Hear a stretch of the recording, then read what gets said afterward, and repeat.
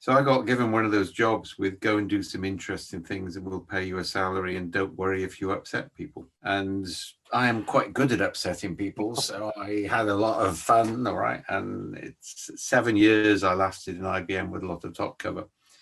And I think it sort of taught me something about if you really believe in something, go for it. And I remember a guy called Philip Oliver, who was a brilliant guy in IBM.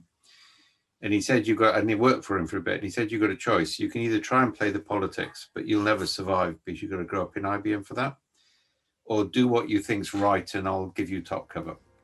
And that was the nicest thing anybody said to me. And that's what I did thereafter. Welcome to the Passion Struck podcast.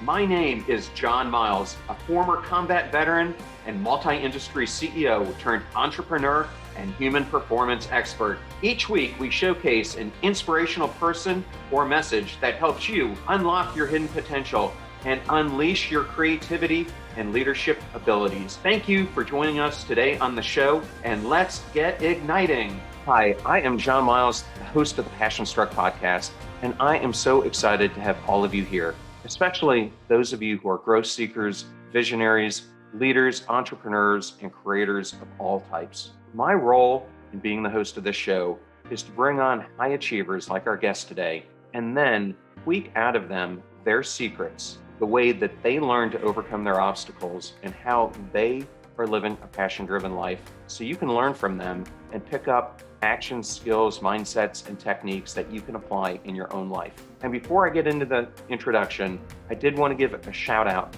to my fans in the United Kingdom, who again this week were the top watching group of our YouTube channel and now constitute over 30% of all views on the channel. I'm going to start today's show off by reading you two different quotes. The first one is this: seeking the ideal has a long history. It produces many saints, but few paradigm changes. And the second one is, true values are not taught and declared.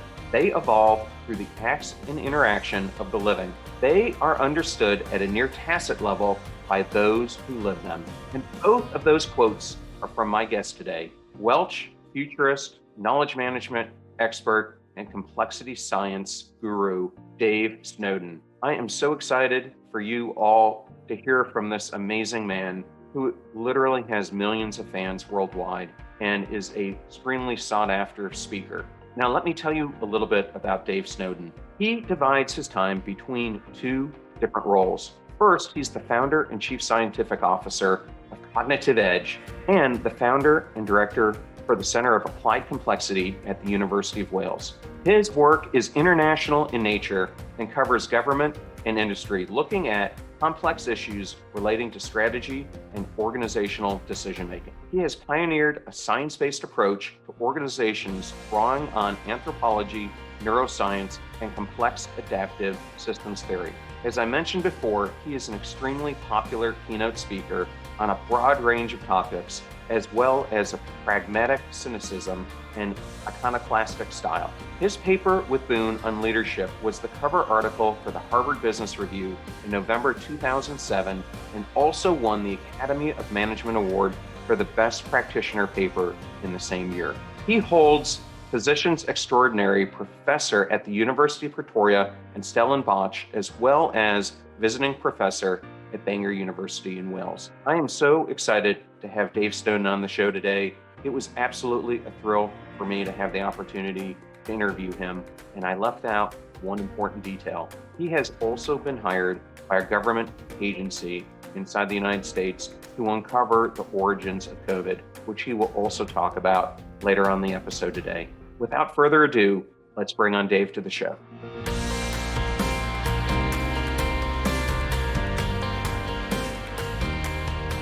I am so ecstatic to have with us today Dave Snowden as our guest on the Passion Struck podcast. Thank you so much for joining us today, Dave. Pleasure to be with you. Well, as I was going through your background, one of the most pinnacle pivot points it seemed you had was during a time that you were at IBM, and then I believe your company was acquired. And I know, having been in some large companies like that, those acquisitions can cause many different things to happen. So I wanted to understand and thought that that was a good leadoff point for our discussion today.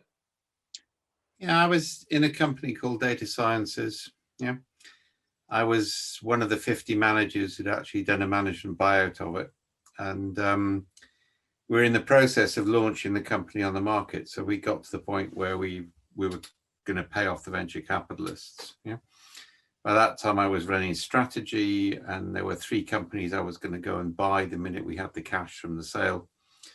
And Friday night, IBM phoned up, and by Sunday we were sold. It was actually scarily quick, because of course we'd done all the due diligence to float the company, and they just picked up on that. And I lost a lot of good relationships over that. But yeah, IBM was interesting because they worked out what I'd done within data sciences to create a thing called the Genus program, which had been gone from 0 to about 60% of our revenue. It had turned the company around. So I got given one of those jobs with go and do some interesting things and we'll pay you a salary and don't worry if you upset people. And I am quite good at upsetting people. So I had a lot of fun, all right. And it's 7 years I lasted in IBM with a lot of top cover. And I think it sort of taught me something about if you really believe in something, go for it. And I remember a guy called Philip Oliver, who's a brilliant guy in IBM. And he said, and he worked for him for a bit. And he said, you've got a choice. You can either try and play the politics, but you'll never survive because you've got to grow up in IBM for that, or do what you think's right and I'll give you top cover. And that was the nicest thing anybody said to me. And that's what I did thereafter. Well, that's great. And I personally know what this meaning of top cover is because at one point I worked for a competitor of IBM's as the CIO of Dell. And I can tell you in similar circumstances, you kind of lived or died by your top cover. And unfortunately for me, once multiple of my top covers had been exited from the company, eventually you run out of top covers who can protect you. That happened to me. I mean, after Lou Gerstner left, the writing was on the wall. Yeah. But by that time it was quite interesting because the other thing which was weird on that is I got summoned down to Arlington in DC when I was working for IBM, and I was based in the UK but in Boston all the time because that's where the institute was. And it was a CIA, and they were kind of like interested in my work on narrative and complexity theory. And I'm a good socialist, so this was a little bit of a shock. Either way, I sort of went down and met this doddery old guy. Didn't know who he was, but I did what everybody does, is look at somebody's bookshelf and then use that, people's bookshelves. And he had all of Patrick O'Brien's seafaring novels there, which is a passion of mine as well. So we got into this passionate argument for about 50 minutes with everybody else in the meeting because he was obviously the senior guy. And then I sort of picture him with Ronald Reagan and realized I was talking with Admiral John Poindexter, who I'm, given my own political background, I'm not meant to like. But by that time, I really liked him, and and he's still a good friend. Right. And effectively, I worked under his direction then for several years. And that was absolutely fascinating because all of a sudden, this sort of theoretical idea was being looked at in the context of counterterrorism. And I was in Arlington the night before 9/11. I flew out that night, picked up the news the next day. And my team didn't know if they were alive for the next 3 weeks. And then it all got very serious. And I think that was one of the big benefits of IBM. You could do some really serious work because you had that brand behind you. Yeah, I absolutely know that is the case because when I was at Lowe's, got to do some very serious work with IBM. And at that point in time, we were trying to build the first seamless customer experience. And the thing that was dogging us at that time, and I was at that point running all data and software development, was we could not find computational models that could take in real time the order management data that was coming in from the customers and pass it through all the systems so that it could enable that whole ecosystem to take the input in and then expose that output out. So it was the true knowledge management system. And as you might guess, IBM was very interested in this capability at the time. But we were trying to run it on the mainframe. That wasn't working. We went to we stepped down from there and tried using Unix systems. And, it turned out not to be a horsepower issue. It turned out to be what I think was a processing issue. But I'd like to get a little bit of your perspectives on that from that angle.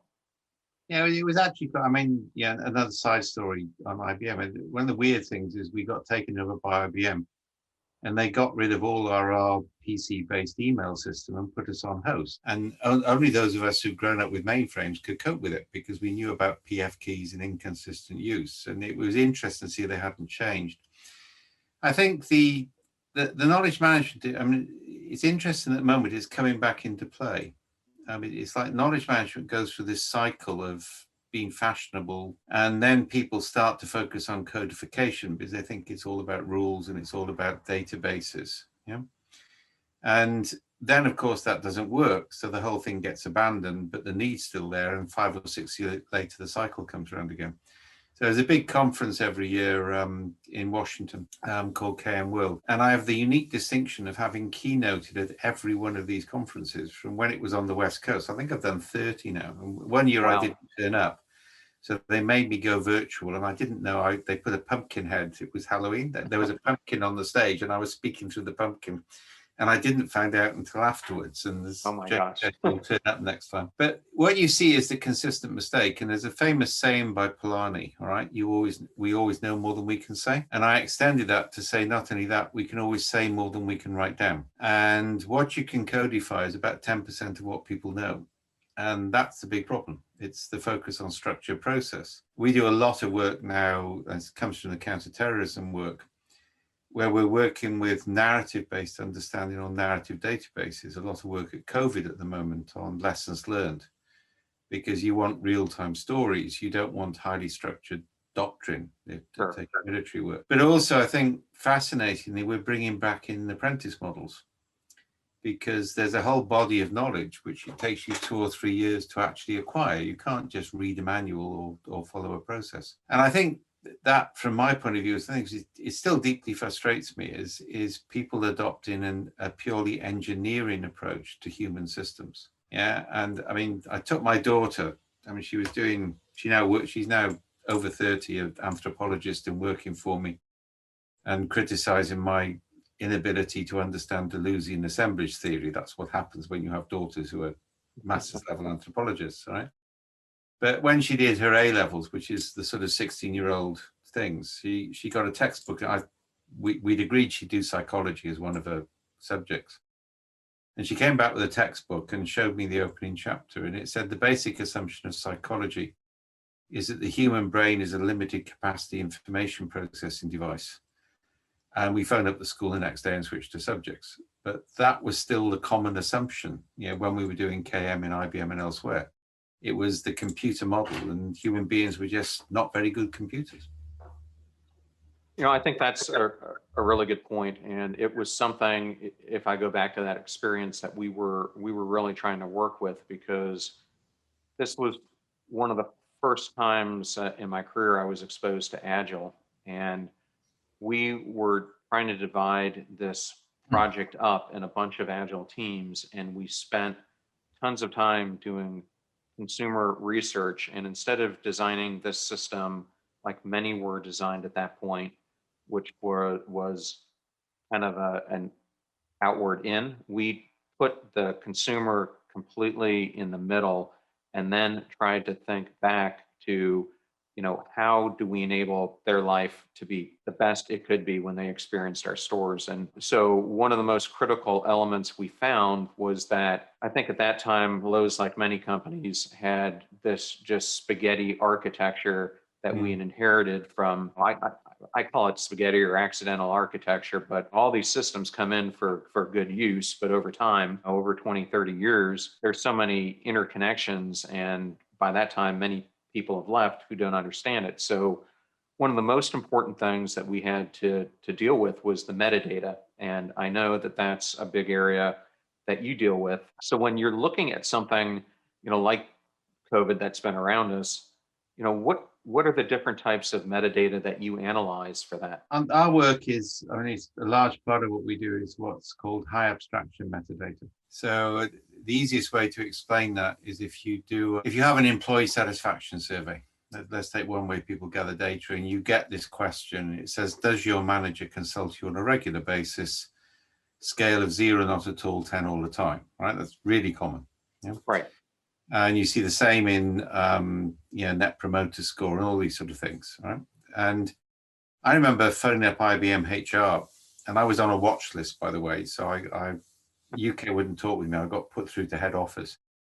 One of the reasons is I'd actually run a 3-month program which had proved that Myers-Briggs was less accurate than astrology in predicting team behavior. And for some reason, they were annoyed with me over it, right? And I said, how am I meant to answer this? Because I've got several managers, and sometimes they consult me and sometimes they don't, and sometimes they should and sometimes they shouldn't.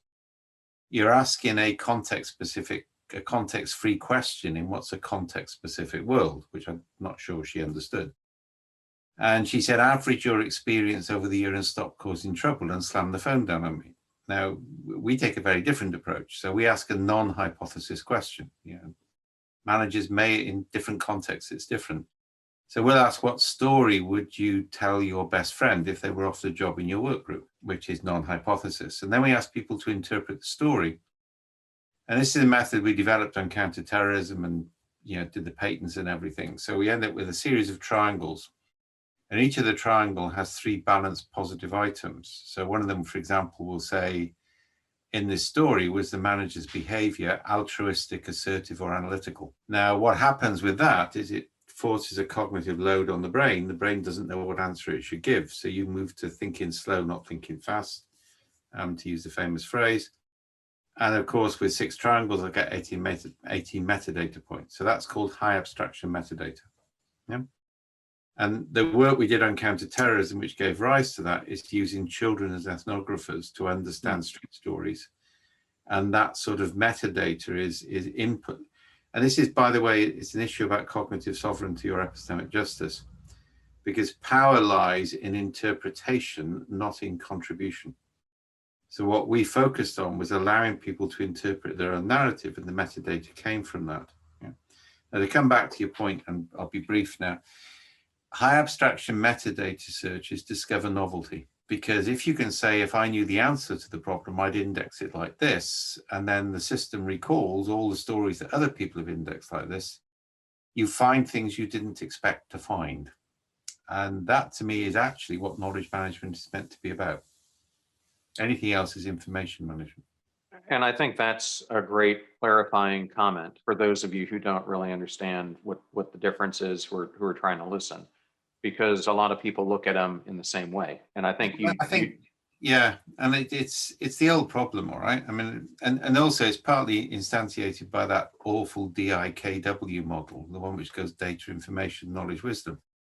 Because that just means good information management programs don't get funding because they're not knowledge management, so people rebadge them. It's like Agile's the same. You mentioned Agile, all right? I was working with Telstra in Australia, and they got waterfall projects. I mean, they're massive infrastructure projects. They're waterfall. But nobody got promoted unless they were Agile, so they created 1-year sprints so they could say they were Agile. And corporations get into this sort of nonsense, and it frustrates the hell out of me. Because actually different things work in different contexts, but everybody wants a universal. Well, they do. And I think one of the areas that we share in common based on other interviews I've heard you do is when I was being trained in the military, I was lucky to do PsyOps. And one of the things I learned was that the type of leadership that you have to invoke in different situations differs. And so when people always ask, what type of leadership do you practice? And it gets me in trouble, I always say situational.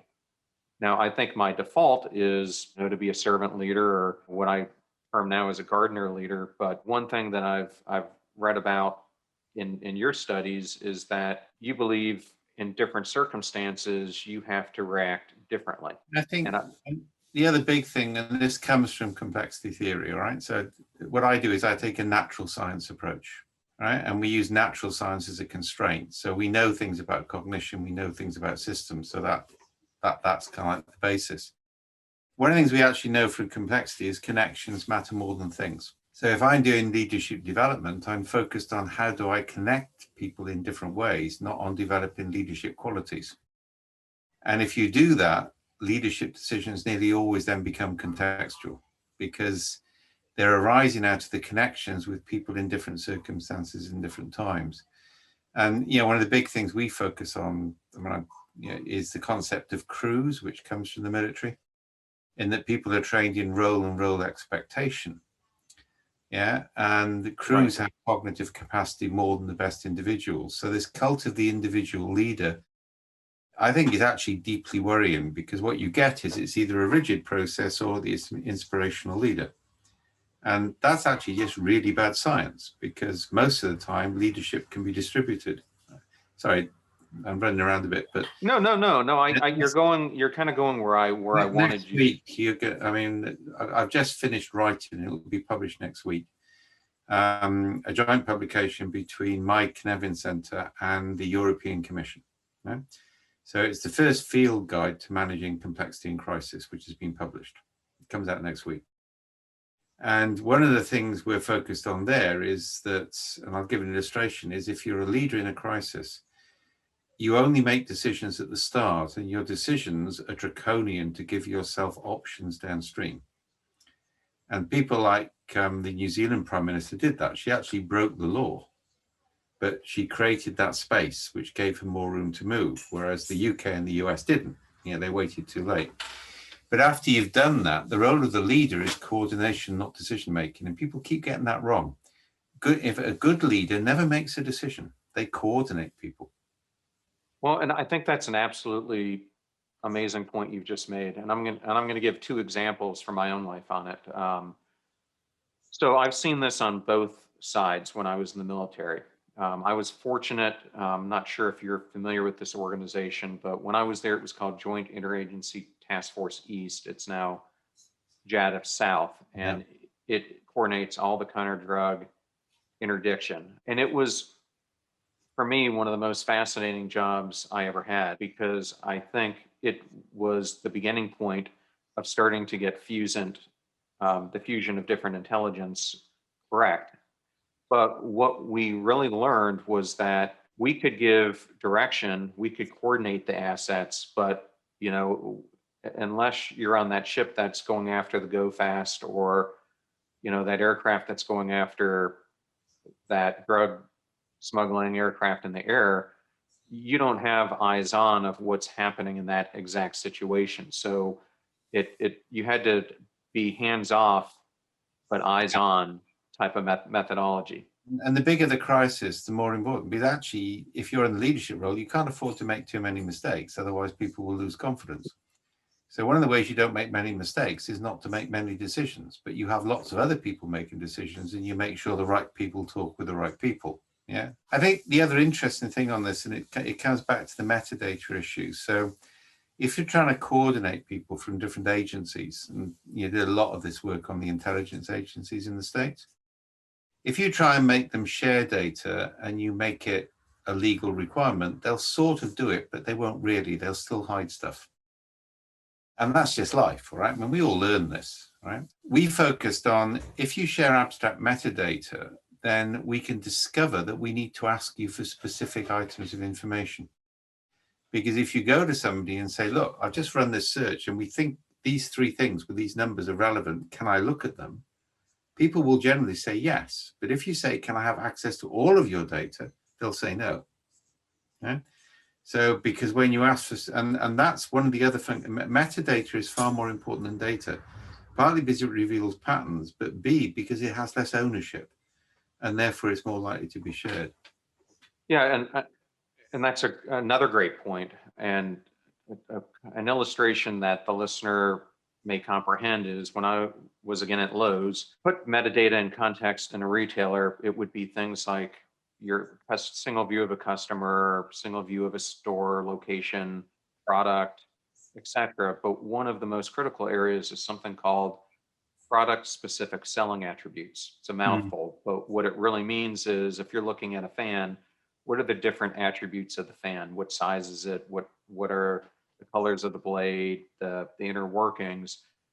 And at that point in time, you had Menards, ourselves, Home Depot, Sears, Ace, True Value, that were all working with these vendors.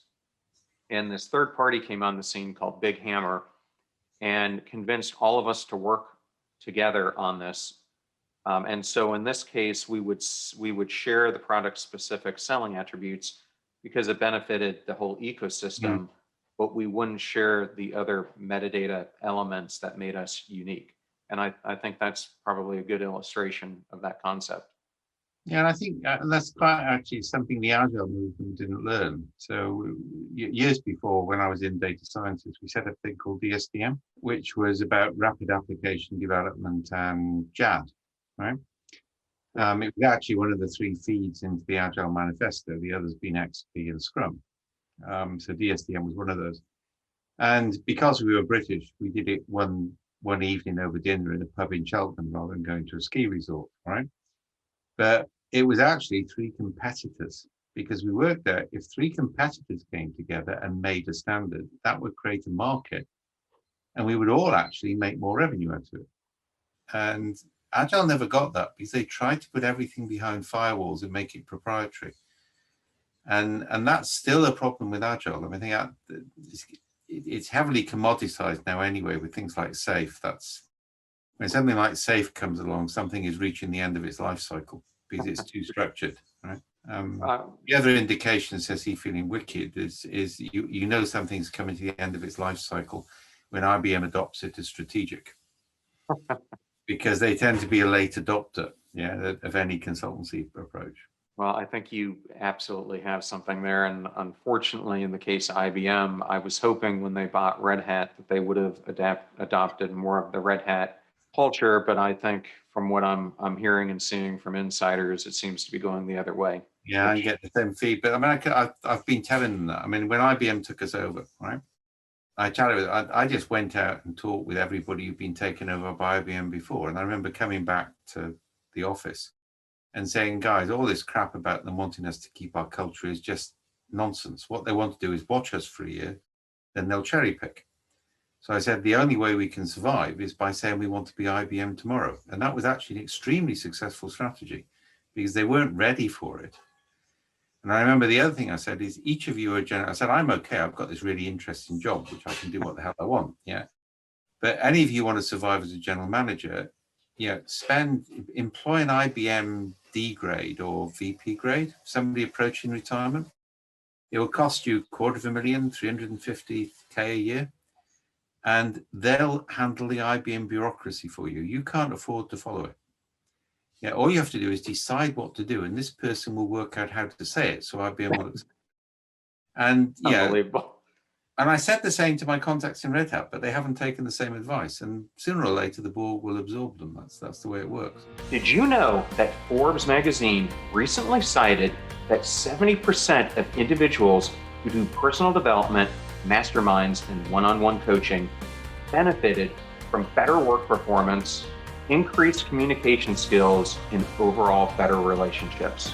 And we at PassionStruck are obsessed with self-development, coaching, and mentorship. That is why we've created a free resource to help you unlock your hidden potential. Because people doing great things in business and life are just like you, only they've had a coach along the way. And we've got that covered too. Let us show you the systems and frameworks that we teach growth-minded individuals to help them step into their sharp edges, execute on their passion journeys, and get predictable results time and time again. Go to passionstruck.com/coaching right now and let's get igniting. It's unfortunate because so many of these strategic multi-billion-dollar acquisitions that are made are on the premise that it's going to be a cultural change and it's going to bring this or that. If you look at the figures, all right, I mean, I got very drunk one night with one very senior person in IBM, all right? He had a crate of Pinot Noir. And just how we say half the crate disappeared by 3 o'clock in the morning, all right? And we took every IBM acquisition. We were both ex-accountants, so we could do this, all right? So we took all the IBM acquisitions and worked out how big IBM should be if it had just maintained value. It was actually quite scary because effectively they cannibalized each acquisition to maintain a very slow growth rate. And the industry, and that's what you see with most acquisitions these days. Nobody's trying to create the new Apple or the new Google. They're trying to create something that Apple or Google will buy. right? And that's actually quite dangerous for the world. And can you go into that a little bit more? Because I think that's a good point. I think it's if you go into the valley at the moment, all right, it's partly because of the VC market. You haven't got the sort of Steve Jobs or people like that who are just passionate about something and want to make it happen. I mean, Silicon Valley was a wonderful satire because it was based on reality, right? What you've got is the issue is to get to the point where somebody big buys you and your venture capital gets a lot of money back. And therefore, it's short-term strategic link rather than long-term strategic. Yeah. And that's going to damage industry, I think, because nobody's doing anything really radical, in that sense. They're just augmenting or complementing. But then the big guys, when they buy things, I mean, IBM bought data sciences to create what became IBM Global Services, because IBM didn't have a service background, like they bought Lotus for software. And it kind of like was okay for a bit, but then they started to acquire things like PwC, which was, a major mistake from my point of view. But they didn't understand the business models. IBM's culture was still physics.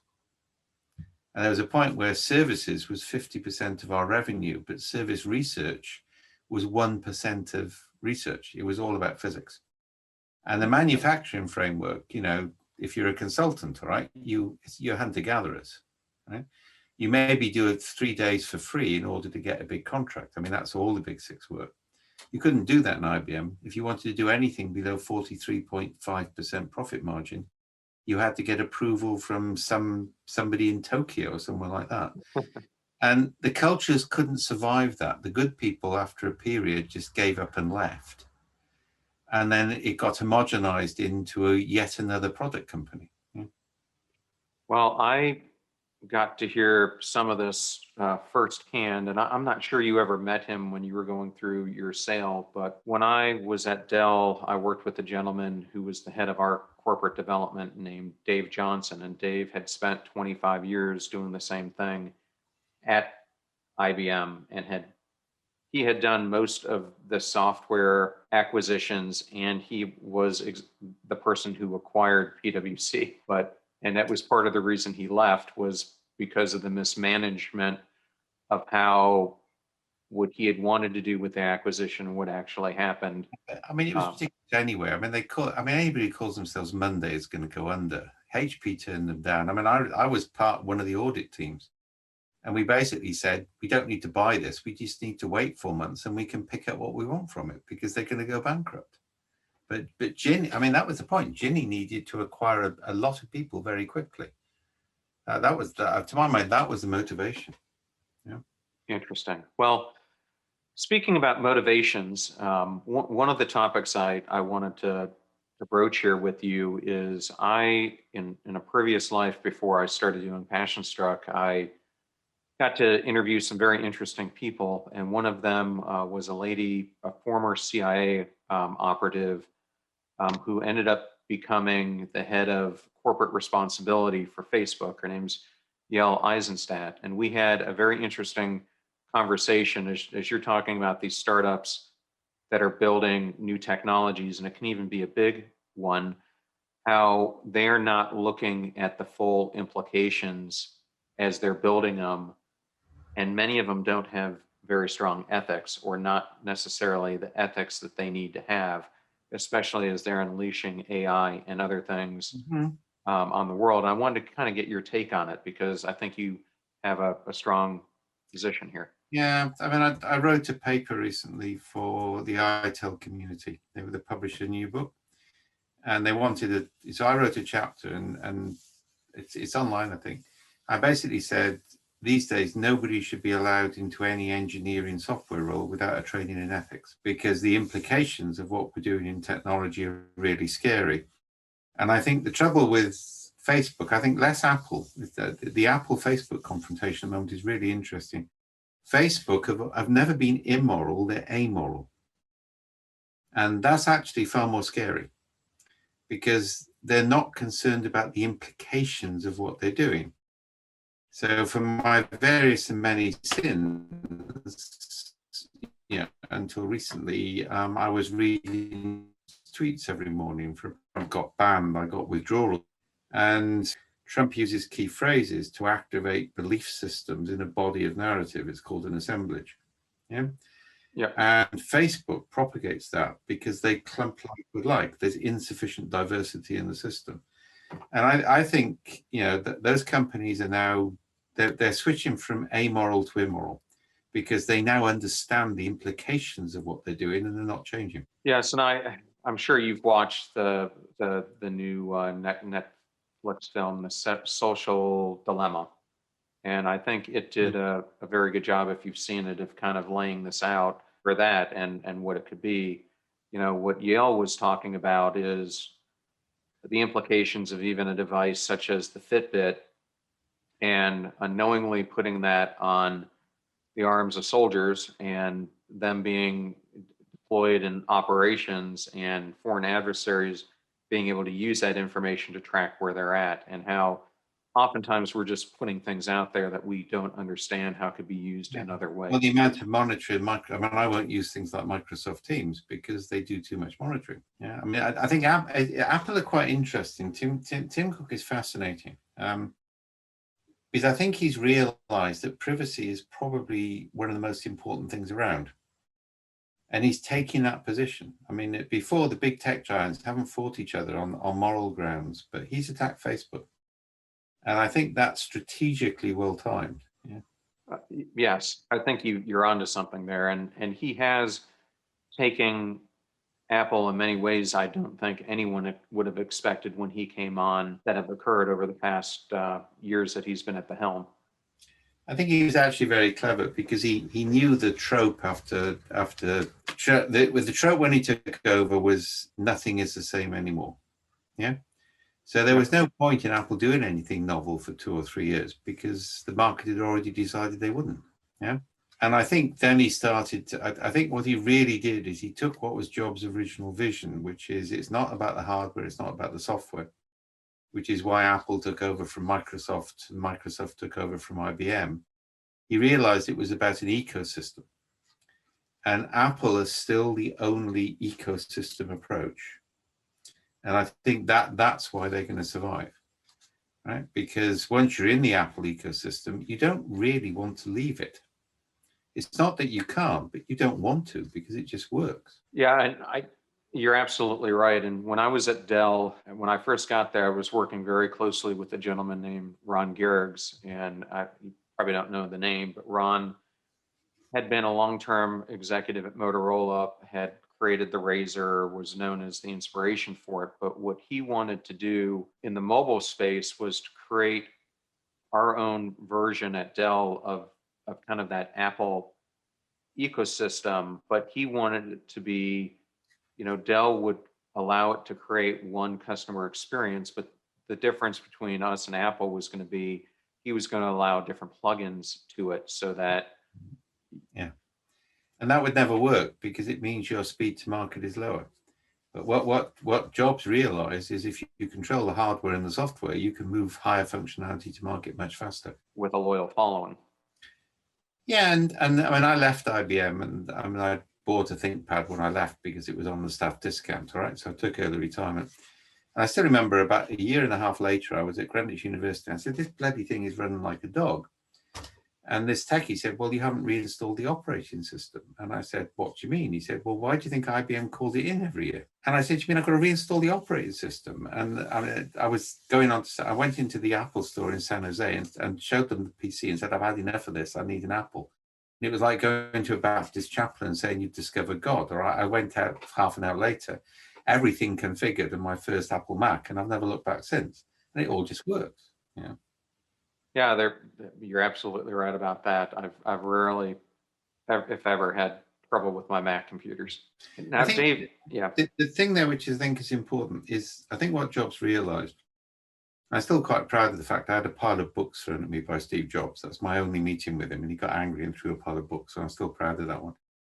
I think what Apple have realized is that technology has moved from being an exciting new thing to being a tool. And that's when everything changes. And I think he understood that shift. And Google didn't, and Microsoft didn't, and IBM didn't. Yeah. I think that's a very salient point. Well, Dave, I wanted to, if I could, maybe switch directions here a little bit. So the part of the reason that people are on this podcast is to learn advice on how they can unlock kind of their hidden potential, overcome their fears, etc. And I remember hearing you talk one time about a person I've read pretty thoroughly, Clayton Christensen, and a concept that he had called induced failure. You know, oftentimes in his case, companies don't see the change that's coming, and so it's catastrophic. And I think the same could be said about our own personal lives. Are there any words of wisdom that you can give using that concept that could be applied to an individual person's life? Yeah, I had the privilege of working with Clayton in one major client. And what you're talking about there is what he talked about as competence-induced failure. So companies don't fail because they are poor. They fail because they could too bad at the old paradigm. And they don't see the pattern. And I think, and it's quite interesting, you see this happen all the time. I have a whole theory around it called Fletcher's curve, which basically says that's the cycle. So when something gets dominant, you know that it's going to go under. It's called the Kodak syndrome. Yeah, do it. And I think we actually know some of the cognitive neuroscience reasons for that. So part of the problem, I think, for individuals at the moment is people are too specialized. They're not generalists, right? Generalists actually can accommodate faster because they've got more patterns available to them. And to give an illustration, when I went up to secondary school at the age of 11, so this is 1964, I think, right? So that gives you my age. And we were allowed to wear long trousers for the first time. Until you were 11 in the UK, you weren't allowed to wear long trousers, which in British winters was, shall we say, nasty. And we had to walk to school for 3 miles as well. And the first thing we had to do is, I remember walking to the front of the class, I got called up first and given a card, and it said, you support capital punishment. Now, I think capital punishment is abhorrent. I think societies which have it are just uncivilized, right? But I had to speak for 7 minutes without preparation on something which I profoundly disagreed with. And we did that every week from the age of 11 to 18. And that made us generalists because you never knew what you were going to get hit with. So you read everything. And you learned to argue things you didn't agree with, which made you better, made you more critical. And I think one of the reasons people lack resilience is they're over-specialized. So the one bit of advice, I mean, at any one stage, I'm reading a history book, a science book, some science fiction, maybe a novel, all in parallel. And you need that and it gives you more patterns to absorb and more ability to see weak signals. And I think that's the key thing. Okay. And organizations go down the same route. They become too specialized. So how, in that same scenario, how would you apply the concept of deterministic chaos then? You know, which is... we use that in a sort of wisdom of crowds approach. So again, faced with a situation, we put together a situational statement and then we present that, say, to the whole of your workforce, and everybody interprets it, high abstraction metadata, in the same 10-minute period, and then we draw maps from that. And what that shows is the dominant views and the outlier views. Yeah, and the outlier views are what you're after because they're people who are thinking differently, right? Now, deterministic chaos, that's kind of like a use of chaos because all the agents are separate, none can interact, so it's quasi-random. Deterministic chaos itself is, as it says, deterministic. You can run models because you've got a normal distribution, right? But the minute things are connected, you're into a Pareto distribution, and that's complex. So you very, very rarely get a chaotic system in humans. It's nearly always complex because we find ways to connect things. And at that point, you can't use that sort of maths anymore. Yeah, and I find sometimes, though, we get into these complex systems and we actually need some chaos to get us out of the patterns that we get into. That's the forest. That's the forest cycle, all right? And that's chaotic systems and stuff like that. That's actually very dangerous. You get into this myth until everything collapses, something new can't happen. And it's kind of like almost like the rapture again. And it's kind of like it's okay as long as the world can recover, but the world can't recover from that sort of thing anymore. You've got to use complexity without chaos, and that's actually not difficult. And that's how you evolve a system and get it to change in radical ways. If you fall into chaos, you don't know how you're going to fall out of it.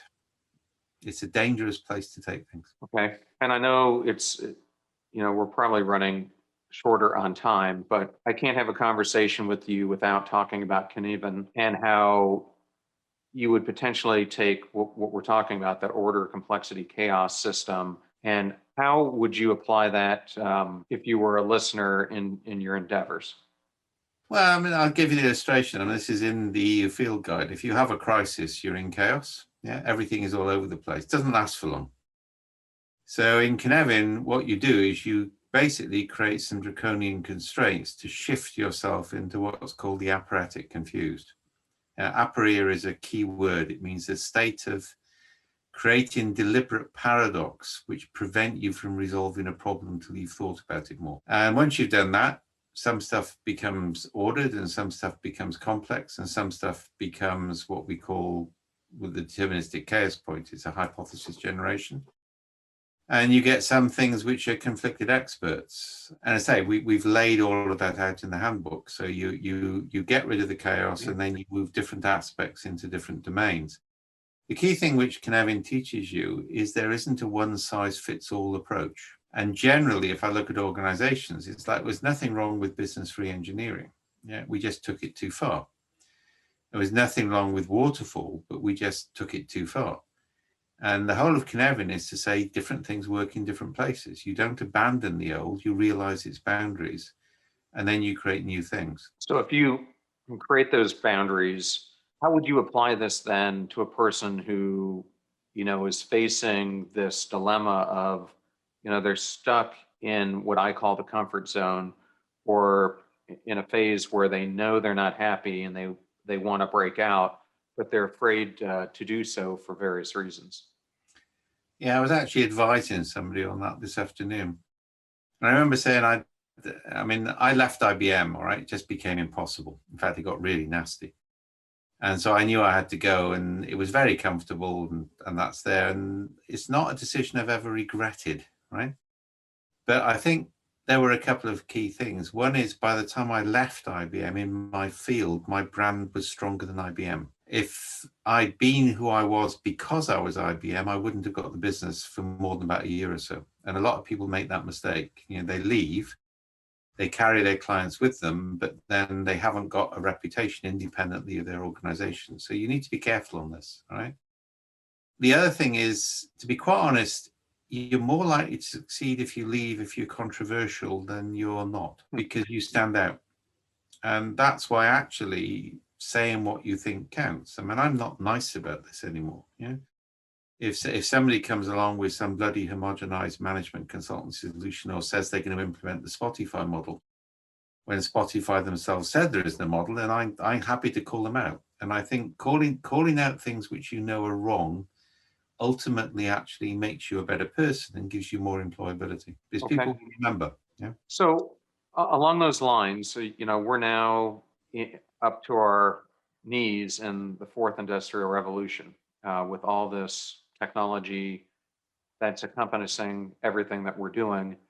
What would you be your biggest advice for someone who's a Generation Z or a millennial into what steps would you take to prepare themselves to be better for what the future is going to hold? Get involved in something like Extinction Rebellion, otherwise you won't have a future.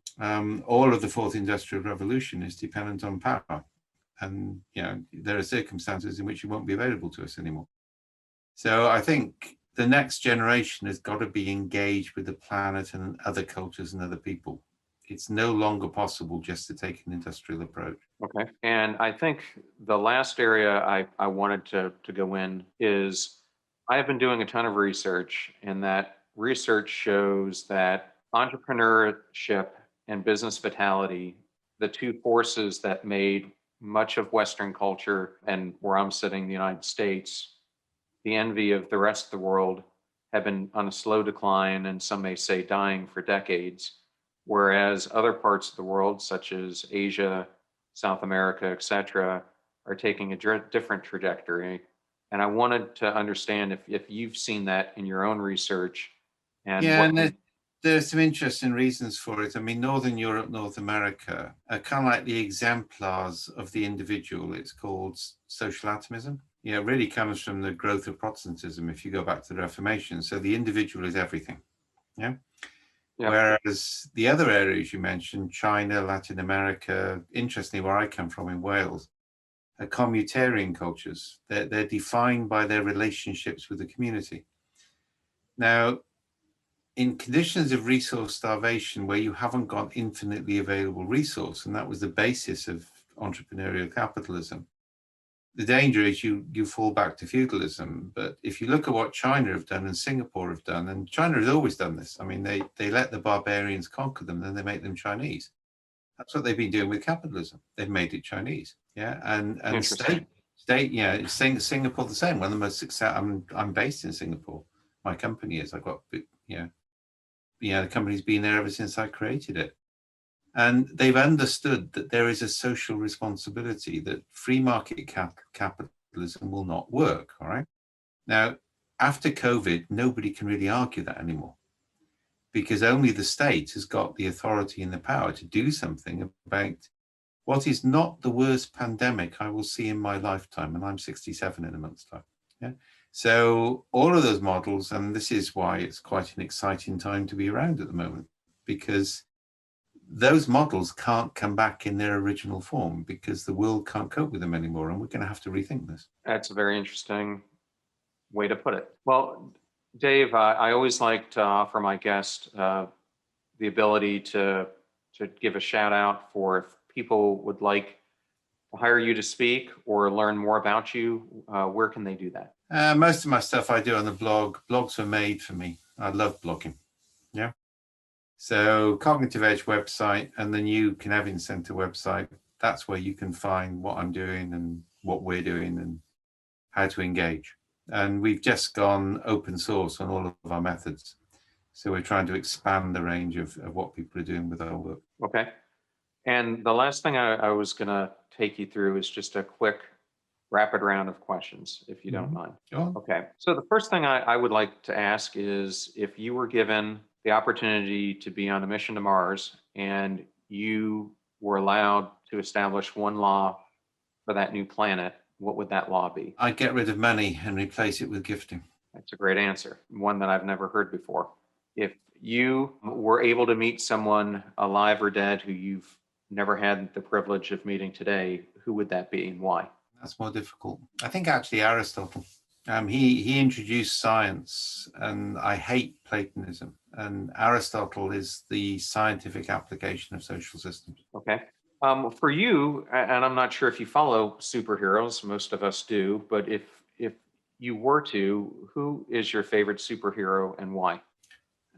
Anything which refused to call itself a superhero, because there ain't any such thing. Okay. What is the best compliment you've ever received?